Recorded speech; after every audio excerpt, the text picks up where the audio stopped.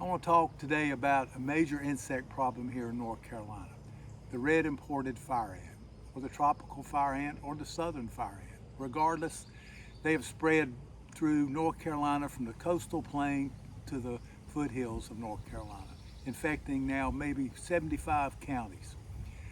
They're concerned because they sting. They will get on you in a matter of seconds and leave a very painful sting to anyone that comes in contact with them or disturbs the nest. Although they're not fatal, it's extremely painful. After a couple of days, you'll get little pustules appear on the skin where they have stung you. I've known children that have had to go into the emergency room because they've been stung. Fire ants are an impediment to farm equipment. They get around our homes, our outbuildings, our farm areas, especially out in fields. They're a hazard to livestock and newborn wildlife. So it's a major concern here in North Carolina. How do we deal with these things as a landowner? There's several things you need to think about. One is that in the spring of the year and during early summer, they're going to mate and spread. In the fall of the year, new colonies will appear, just like you see this one here in front of me. Left untouched, they look harmless, but as soon as I touch this, they will boil out and get all over me or anything that stands on it or in its way. So let's talk about how do we deal with this. There's several methods to control them. There's a lot of products on the market. A lot of people don't know how to use them correctly, so I want to talk to you about that today. Now, fire ants aren't actively feeding until it warms up. When temperatures are between 70 and 85 degrees, they're going to be active. You don't want to treat them in the dead of the winter because they're not going to take the bait. How do you know when they're feeding? In the spring? Because they like to eat greasy foods, probably just like us too, but they also are lured to greasy foods like this. You can get some potato chips, crumble them up, throw them out around the mound, never put them on top of the mound. Come back in a few hours and see if they're active. But generally speaking, when the temperatures are in that 70 to 85 degree range, they're going to be out there feeding. So how do we treat a mound? There's several ways to do this. You can do an individual mound treatment if you just have one or two around your property and you want to get rid of them.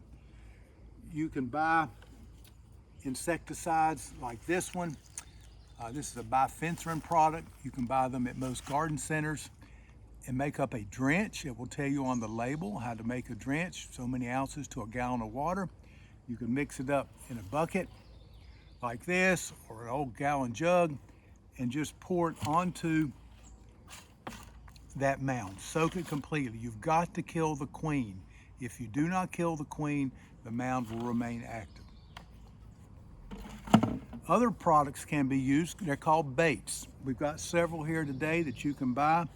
This is one here that's very effective. Advion, very good to use around where you have livestock and other animals. Most of the big box stores will sell different types of baits, different brands. They will tell you on the label how to use them for treating multiple mounds. Here's another product, Amdro, which is very popular. You can pick up at most box stores, especially if you've got numerous mounds wherever you frequent. If it's around your home, your cabins, ponds, be sure to read the label as to how close you can get to standing water like ponds and creeks. But baits take usually 2 to 3 days to work. You don't want to put the baits out in the dead of summer when it's 95 degrees and the humidity's high because they degrade very quickly. Baits also need to be put out when there's no rainfall for the next 48 hours. So let me show you how I would treat this mound.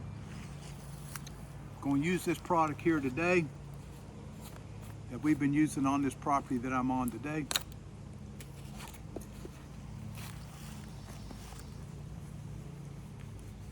I have a pocket knife here somewhere.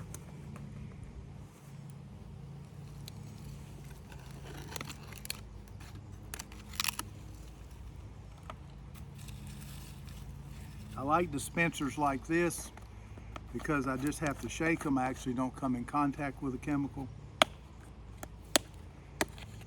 Comes in with a built-in shaker. The way you use baits effectively are putting the bait around the mound, 2 to 3 feet, 4 feet away. Never put the bait on top of the mound. This one says put out 3 to 4 tablespoons of bait going around the mound. This is where they go out and feed and forage. And knowing it's not going to rain for 48 hours, I know I've effectively treated that mound. Let me show you what happens when you disturb a mound and how quickly these ants can come up.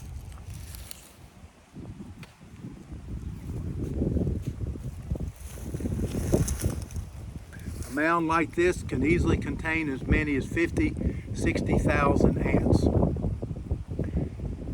The bait works by means of these worker ants. When they go out and forage, they bring the bait back to kill the queen. If you do not kill the queen, you do not destroy the mound.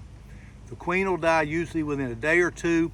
The mound and the workers may stay around for another 2 weeks, and then the workers are gone and this mound is effectively destroyed.